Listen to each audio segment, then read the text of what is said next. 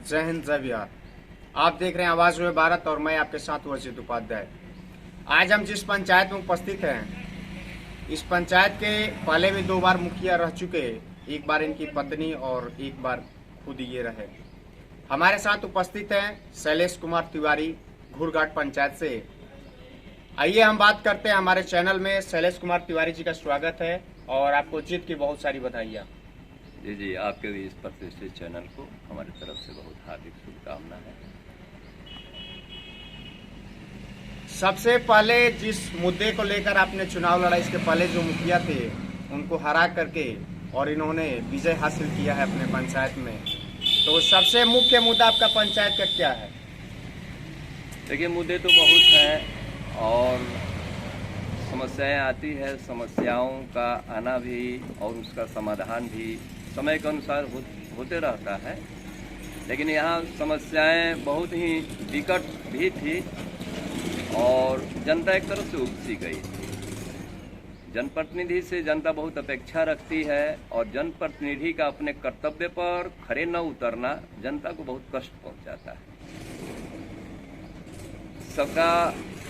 सबको साथ लेकर चलने की जो प्रवृत्ति है वो जनप्रतिनिधि के अंदर होनी चाहिए। और यहाँ जो कुछ भी हुआ, भेदभाव की राजनीति हुई, इससे जनता तंग आ चुकी थी। सामाजिक सद्भाव बिगड़ा हुआ था, सांप्रदायिक सद्भाव भी बिगड़ा हुआ था। ये सब जटिल समस्याएं थी। एक छोटे से काम के लिए भी जनप्रतिनिधि को खोजना और उसका उपलब्ध होना बड़ा ही मुश्किल हो गया था। ये सारे मुद्दे थे कि जनता अपने जनप्रतिनिधि से मायूस थी। परिवर्तन यहाँ होना था, चूँकि यहाँ के लोग बहुत ही जनता लोकतांत्रिक है, हमेशा लगातार किसी को दोबारा मौका नहीं देती है। और मुझे जनता ने बहुत भरोसा किया। तीसरी बार मेरे रूप में और मेरे परिवार से मौका मिला है, इसके लिए मैं जनता को बहुत हार्दिक बधाई देता हूं और जनता को प्रणाम करता हूं। जो जनता ने मुझ पर विश्वास तीसरी बार किया मेरे परिवार से, उसके लिए मैं जनता का बहुत ही आभारी हूं और मैं निश्चित रूप से प्रयास करूंगा कि जनता की सेवा में मुझसे कोई कसर बाकी न रहे। उनकी उम्मीद से भी मैं ज़्यादा से ज़्यादा उनको अपनी सेवा और उनकी समस्या से मैं राहत दिला सकूं, यह मेरा प्रयास होगा। जैसा कि आपने सुना कि इसके पहले जो जनप्रतिनिधि थे उन्होंने किसी को सुनने के काम उनको ढूंढने पे मिलते नहीं थे। इस तरह की जो जन समस्या थी पंचायत में, जिसको लेकर के जनता ने, घुरघाट की पंचायत की तमाम जनता ने इनको आशीर्वाद स्नेह दिया और इनको मुखिया बनाया तीसरी बार। इसके पहले आप कब मुखिया थे? मैं पहली बार 2001 से 2006 तक मुखिया रहा और पंचायती राज व्यवस्था का प्रथम प्रयोग था। उसमें शुरुआती दौर था, एक प्रयोग था। पहला चुनाव हुआ था पंचायती राज व्यवस्था का और हम लोग प्रथम बार चुनकर आए थे। बहुत अच्छा अनुभव था। पैसे तो बहुत नहीं थे, मद बहुत नहीं थे, लेकिन शिक्षक नियोजन और आंगनबाड़ी सेविका वगैरह का चयन, आशा कार्यकर्ताओं का चयन हम लोगों को मिला हुआ था, जो कि बहुत ही गौरव की बात थी हम लोगों के लिए और बहुत अच्छा लगा था। पूर्णतः हम लोग बहुत ही पारदर्शिता के साथ वो कार्यक्रम को सफल बनाए थे। आज भी लोग याद करते हैं उन दिनों को जो हम लोगों ने चयन किया है। तो मेरा 5 साल का ऑडिट ही 15 लाख रुपया हुआ था, ये भी हमें मालूम है। हालांकि उस समय पैसे की वैल्यू थी और काम भी हुए थे उतने ही कम राशि में। हर गांव में जो जन समस्याएं थी, विकराल रूप था जो कार्यों का, उस पर हम लोग उसका निदान किए थे, निष्पादन किए थे। तो जो उस समय मतलब पंचायती राज की शुरुआत थी, वोटिंग का समय चल रहा था, तो उस समय ये प्रथम बार अपने पंचायत से चुन करके मुखिया बने थे।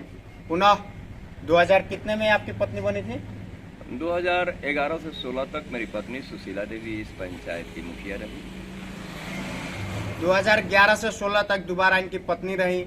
जो मुख्य मुद्दा है, जैसे इनके पंचायत में मठिया भी आ जाता है, तो मठिया में रोड की बहुत जर्जर स्थिति है। मठिया मेरे यहाँ 2 है और घुरघाट मठिया है और एक जेलर की मठिया जेलर है। साहब मठिया की बात। जेलर साहब की मठिया, और वहाँ अनुसूचित जाति की भी आबादी है बहुत। उन लोगों को अभी तक एक रास्ता भी आज़ादी के बाद अभी मुकम्मल नहीं हो पाया है। मेरा प्रयास होगा और मैं निरंतर अभी प्रयास में लगा हुआ हूँ कि उन लोगों को एक आवागमन की सुविधा मिले। और चूँकि हमारे महादलित समुदाय के समाज के लोग हैं, और निश्चित रूप से हमारी जो नीति है उनके पक्ष में है कि वैसे समुदाय को जो भी समस्याएं हैं उसका निष्पादन किया जाए। तो जेलर साहब मठिया हम भ्रमण करते हैं, हमने देखा वहाँ पे, लेकिन मुखिया जी के द्वारा यह आश्वासन वहाँ के लोगों को दिया जा रहा है कि वहाँ पे रोड का निर्माण होगा। दलित बस्ती है तो रोड का निर्माण होगा तो जाहिर सी बात है उनके आने जाने के लिए सुविधा मिलेगी, और सुविधा मिलेगी तो पुनः इनको जिस तरह से तीसरी बार इनको चुन करके और अपने पंचायत का मुखिया बना है, आशा है कि अगर ये काम उसी निरंतर से और उसी भाव से करते हैं तो इनको जनता आगे भी मुखिया बनाने का काम करेगी। जो मुख्य मुद्दा इन्होंने गिनाया, साथ ही हम बात करेंगे इसके पहले, क्योंकि जब ये 2 बार मुखिया थे तो उस समय 7 निश्चय योजना का नल जल जो योजना है उसकी व्यवस्था नहीं थी, इसके पूर्व में की गई थी, लेकिन वो इनके पंचायत में सुचारू रूप से चल रहा है या नहीं चल रहा है? जल नल जो योजना है, जो सरकार की नीति रही है कि सबको शुद्ध पानी पेयजल उपलब्ध कराना है, यह योजना मैं यह कह सकता हूँ कि इसमें बहुत ही भ्रष्टाचार हुए हैं। हमें ये सब घूमने के बाद ये मालूम हुआ कि अभी हमारे यहाँ 5 से 6 वार्डों में ही ये व्यवस्था सफल है, बाकी सब बंद पड़े हुए हैं। कुछ न कुछ खामियां है। इसके पाइप जो है इतने घटिया किस्म के हैं वो फट जाते हैं, और ये सबसे बड़ी समस्या है। मशीन में खराबी है, उसका मेंटेनेंस भी टाइम से नहीं हो पाता है। तो उसका हम कार्यभार ग्रहण करने के बाद उसका निरीक्षण करेंगे, हर वार्ड वाइज उसमें क्या खामियां हैं उसको हम सुधारने का प्रयास करेंगे। जो भी हमारे पास साधन है, बेहतर से बेहतर व्यवस्था को सुचारू बनाने के लिए हम प्रयास करेंगे। मनरेगा की क्या स्थिति है आपके पंचायत में? मेरे यहाँ तो मनरेगा के साथ बहुत ही खिलवाड़ किया गया है। हमारे कार्यकाल में भी मनरेगा के कार्य हुए थे, और मुझे याद है कार्य की दृष्टि से हम लोग कार्य किया करते थे। अभी जो मनरेगा का कार्यक्रम विगत 5 साल में चला है वो बस कागज पर ठेपा निशान लगाने तक सीमित रह गया है। मजदूरों के नाम पर ठगी हुई है, और अच्छे लोग, संभ्रांत लोग भी उस पैसा में संलग्न है, पैसा उठाए हैं, और कोशिश करेंगे कि उसका सही से जांच पड़ताल किया जाए। मनरेगा में जो लोग लाभ प्राप्त किए हैं, हमने देखा है कि उनको ये भी मालूम नहीं है, मजदूर के रूप में जो लोग लाभ प्राप्त किए हैं, कि कुदाल का बेंट बांस का बनता है या किस चीज का बनता है। उनसे पूछ दिया जाए तो उनसे मुश्किल है। घर में रहने वाली वैसी औरतें जो आज तक बाहर नहीं निकली है, उनको मनरेगा मजदूर के रूप में शो किया गया है। यह सब जनता का पैसा है, और जनता के पैसे के साथ इतना बड़ा मजाक करना, यह तो श्रम रोजगार सृजन का एक डिपार्टमेंट है। इसमें देखा जाता है कि जनता का काम भी हो और लोगों को रोजगार भी मुहैया कराए। 100 दिन का काम की गारंटी है इस योजना के अंतर्गत, लेकिन बिल्कुल ही यह मखौल बनकर रह गया है, और दूर दूर तक आम जनता को इस मनरेगा विभाग से लाभ नहीं मिला। शौचालय और आवास की भी सुविधा जो दी गई थी उसमें घोटाला हर पंचायत में जहां तक देखने को मिलता है कि हर पंचायत में मनरेगा क्या तो इन्होंने पर्दाफाश कर दिया कि जिसको कुदाल का बेड का पता नहीं है कि बांस का लगता है कि आम का लगेगा कि बबूर का लगेगा, उसको पता नहीं है, वैसे लोगों को लाभ दिया जा रहा था, वैसे लोगों का नाम जोड़ा गया था। लेकिन उस तरह का जो काम किया गया है उसको ही पर्दाफाश करेंगे, और पुनः इस तरह का काम पंचायत में नहीं होगा, इसके लिए कार्य करेंगे। मुखिया जी, जो शौचालय और आवास की बात करें उसकी क्या स्थिति है?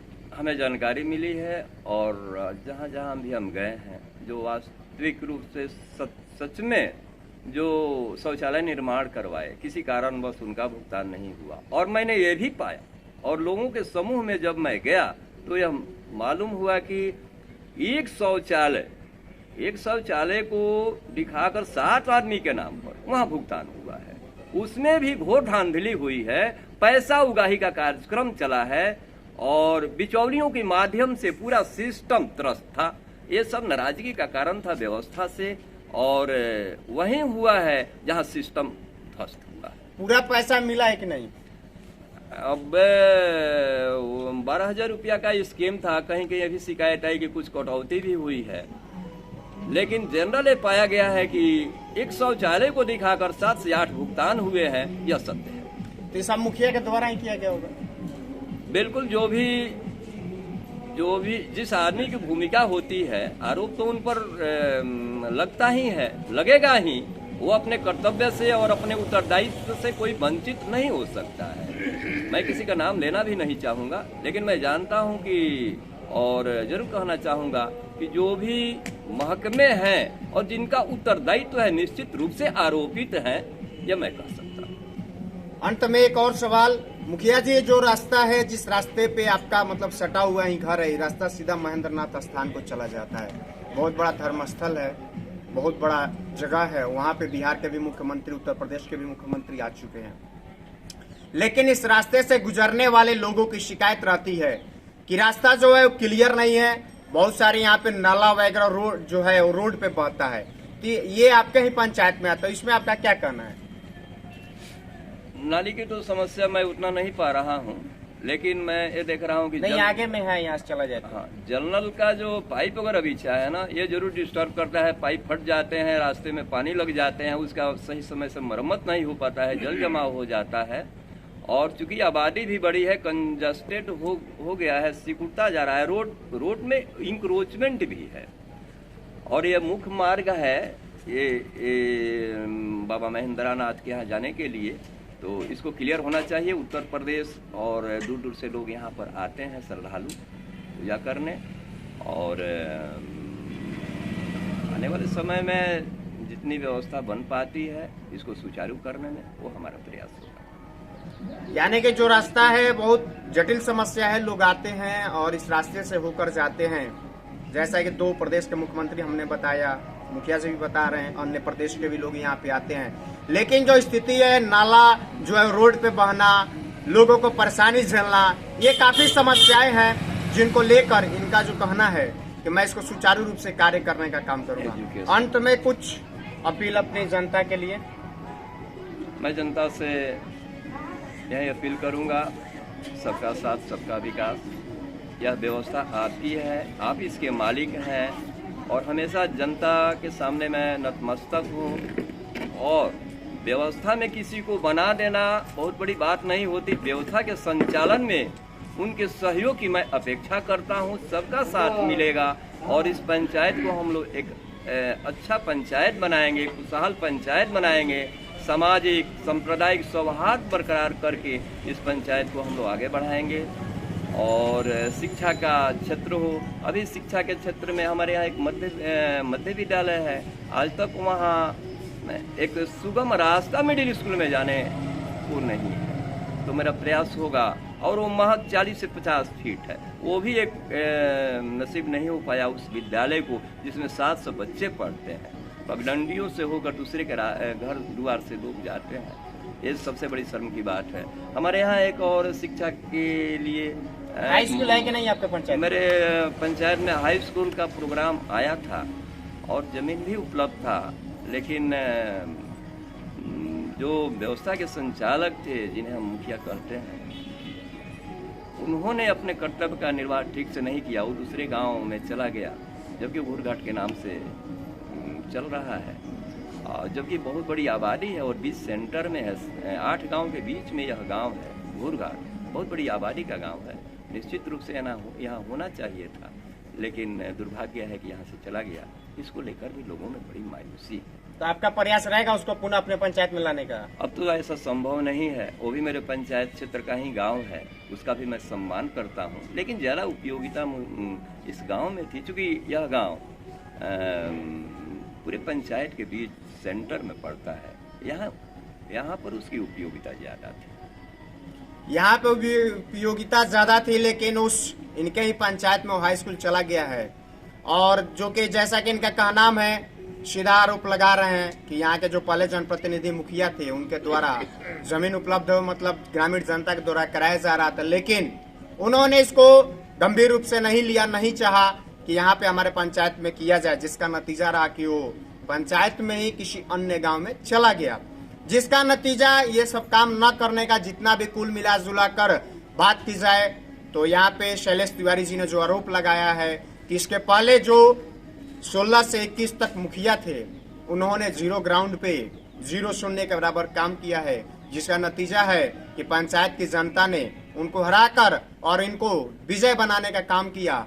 अब देखना यह है कि आने वाले 5 साल में, बीते 5 साल में तो हमने देख लिया, आने वाले 5 साल में शैलेश तिवारी क्या करते हैं, अपने पंचायत को कहां तक ले जाते हैं और किस प्रकार से जनता का दिल जीतने में ये काम करते हैं, आने वाला 5 साल ही बताएगा। हमारे साथ जुड़ने के लिए बहुत बहुत बधाई, धन्यवाद। धन्यवाद।